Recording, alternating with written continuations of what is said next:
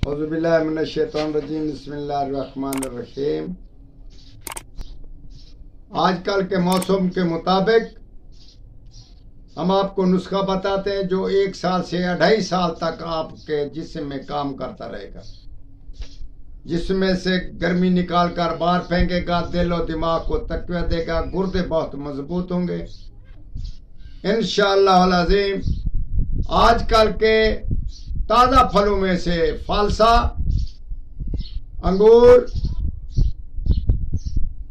जामन उतरने तक आप इसको 5 फल को मिलाकर 3 दिन उसको पानी में रखकर कूट काट कर और उसके बाद पानी पे चढ़ा लें और खूब उसको उबाल कर उसका शरबत तैयार करें। थोड़ा सा संदल या रूह केवड़ा उसमें जरूर डालें या अर्क गुलाब जरूर डालें क्योंकि शरबत खराब ना होगा। 1 बोतल से 3 बोतल एक आदमी इस्तेमाल कर ले इंशाअल्लाह अज़ीम। 1 साल से 2.5 साल तक आपके जिस्म में गर्मी और आपके जिस्म में कमजोरी न पड़ेगी, बल्कि दिल, दिमाग, गुर्दे मजबूत होंगे।